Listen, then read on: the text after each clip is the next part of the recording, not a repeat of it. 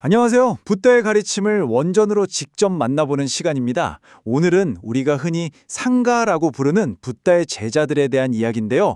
그분들의 공덕을 기리는 상가누사띠라는 명상의 핵심 구절을 아주 깊이 있게 한번 파헤쳐 보려고 해요. 이 구절을 제대로 이해하고 나면 우리가 존경하는 상가가 바로 이런 분들이구나 하고 정말 명확하게 알게 되실 겁니다. 자, 그럼 그 깊은 의미 속으로 저와 함께 들어가 보시죠.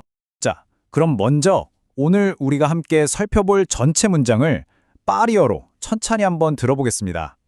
소리에 집중하시면서 마음을 한번 가라앉혀 보세요.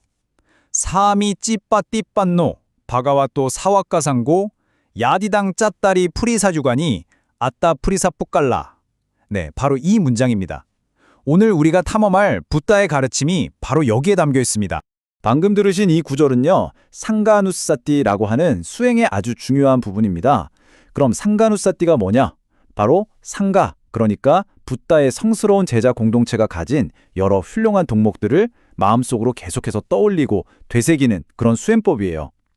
이 수행을 꾸준히 하면요, 우리의 믿음이 정말 단단해지고 마음이 맑고 깨끗해지는 데 아주 핵심적인 역할을 한다고 합니다. 자, 좋습니다. 그럼 이제부터 본격적으로 문장을 한번 해부해 볼까요? 첫 번째 부분부터 단어 하나하나씩 차근차근 뜯어보겠습니다. 이 부분을 이해하면 상가가 가진 첫 번째 덕목이 무엇인지 딱 알 수 있거든요. 다시 한번 들어보시죠. 사미찌빠띠빤노 바라와또 사와카상고. 과연 이게 무슨 뜻일까요? 네, 첫 번째 단어 바로 사미찌빠띠빤노입니다. 발음이 좀 어렵죠? 이 단어의 뜻은 합당하게 실천했다 혹은 올바르게 도를 닦았다는 의미예요. 사실 이건 두 단어가 합쳐진 건데요. 사미찌, 이게 합당한, 올바른이라는 뜻이고요. 그리고 빠띠빤노, 이게 실천했다는 뜻입니다. 이 두 말이 정말 멋지게 합쳐져서 하나의 단어가 된 거죠. 이게 바로 상가가 어떤 분들인지를 보여주는 첫 번째 특징, 바로 올바른 실천입니다. 다음 단어는 바가와또입니다. 이건 바가왓이라는 말에서 왔는데요. 바가왓은 세존 또는 복되신 분, 즉 붓다를 가리키는 아주 존귀한 칭호예요. 여기에 소유격을 나타내는 어미가 붙어서 바가와또가 되면 세존에, 다시 말해 붓다에 라는 뜻이 되는 거죠. 여기서 정말 중요한 포인트가 뭐냐면 이 단어 하나로 이 제자들의 공동체가 그냥 모인 게 아니라 바로 붓다의 제자들이라는 점을 아주 명확하게 목받고 있다는 겁니다. 자, 첫 번째 구절의 마지막 단어네요.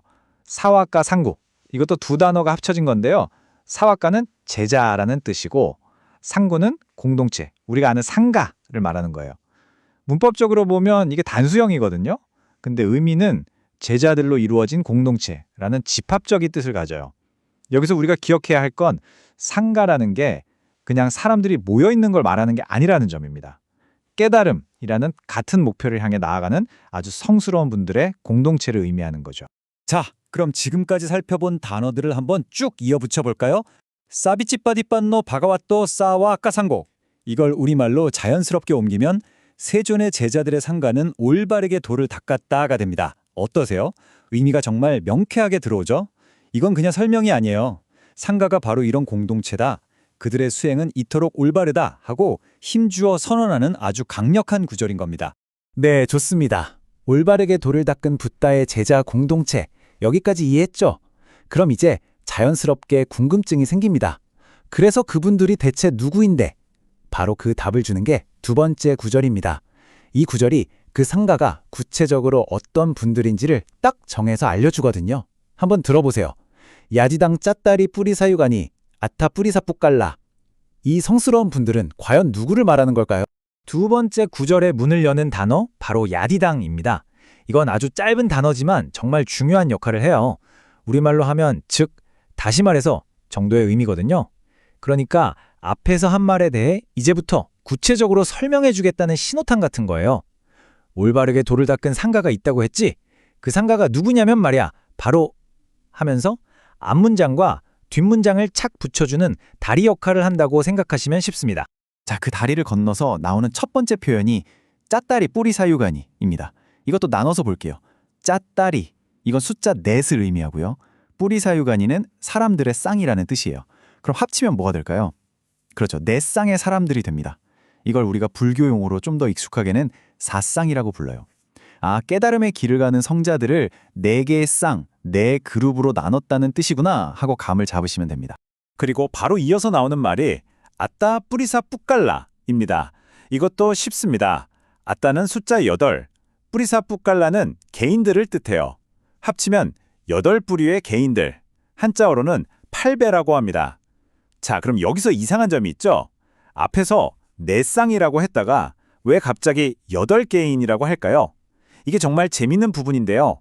사실 이 4쌍과 8개인은 전혀 다른 사람들이 아니라 똑같은 성자들을 그냥 두 가지 다른 방식으로 표현한 것뿐입니다. 4쌍, 그리고 8개인. 그렇다면 이분들이 구체적으로 도대체 누구를 말하는 걸까요?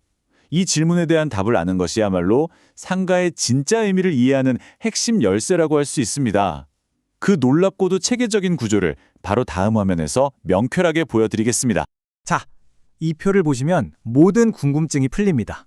보세요. 왼쪽에 4쌍이 있죠? 이건 깨달음의 4가지 단계인 예류, 일례, 불안, 아라한을 말하는 겁니다.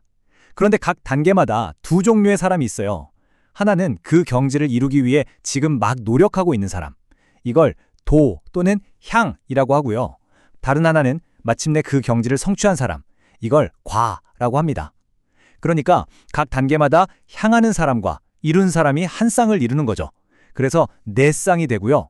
이 사람들을 각각 한 명 한 명 세어보면 4단계 곱하기 2명이니까 총 8개인이 되는 겁니다. 간단하죠? 바로 이분들이 우리가 말하는 붓다의 성스러운 제자, 상가의 구성원인 겁니다.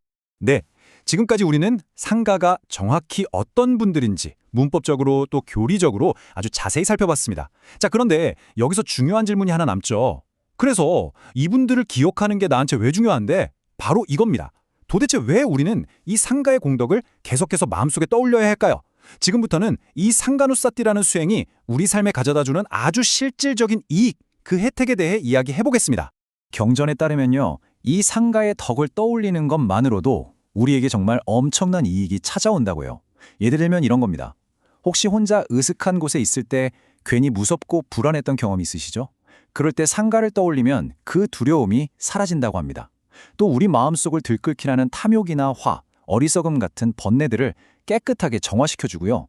더 나아가서 마음속에 잔잔한 기쁨과 평온이 찾아오면서 깊은 집중, 즉 삼매에 들 수 있는 튼튼한 발판이 되어준다고요. 뭐랄까, 내 마음을 지켜주는 든든한 보호막이 하나 생기는 것과 같다고 할 수 있겠죠. 그래서 결론적으로 상가를 뭐라고 부르냐면요, 세상에 위없는 복밭이라고 불러요. 빨리어 원문으로는 아누따랑 뿌냐깨땅 로까싸라고 하는데요. 이게 무슨 뜻이냐면, 여러분, 좋은 밭에 씨앗을 심으면 당연히 풍성한 열매를 거두겠죠? 그것처럼 이렇게 청정한 수행 공동체인 상가에 보시를 하거나 그분들을 공경하는 마음을 내는 건 마치 가장 비옥한 밭에 복의 씨앗을 심는 것과 같다는 거예요. 그 결과가 얼마나 크겠어요. 그래서 상가는 이 세상에서 가장 공경받아 마땅한 최고의 복밭이 되는 겁니다. 자, 이렇게 해서 우리는 이 구절의 모든 단어와 그 안에 담긴 깊은 의미까지 모두 살펴봤습니다. 이제 맨 처음에 들었던 그 문장을 이 새로운 이해를 가지고 다시 한번 들어보겠습니다. 마음을 집중하고 들어보세요. 사 믿지 빠티빤노 바가와또 사와까상고 야디당 잭다리 뿌리싸유가 니야따 뿌리싸 뿌깔라. 어떠세요? 그냥 낯선 외국어처럼 들렸던 처음과는 분명히 아주 다르게 들리지 않으신가요? 오늘 우리는 상가란 과연 어떤 분들인지, 그리고 그분들의 공덕을 기억하는 것이 우리에게 왜 그토록 중요한지에 대해 함께 알아봤습니다. 이제 마지막으로 여러분 각자에게 이 질문을 하나 던지면서 오늘의 이야기를 마무리할까 합니다. 올바른 실천을 통해 깨달음을 향해 나아가는 이 성자들의 고귀한 모습을 우리 마음에 계속해서 깊이 새긴다면 과연 우리의 삶은 어떻게 달라질까요? 그 해답은 아마도 우리 각자의 꾸준한 실천 속에서 스스로 찾아야 할 몫일 겁니다.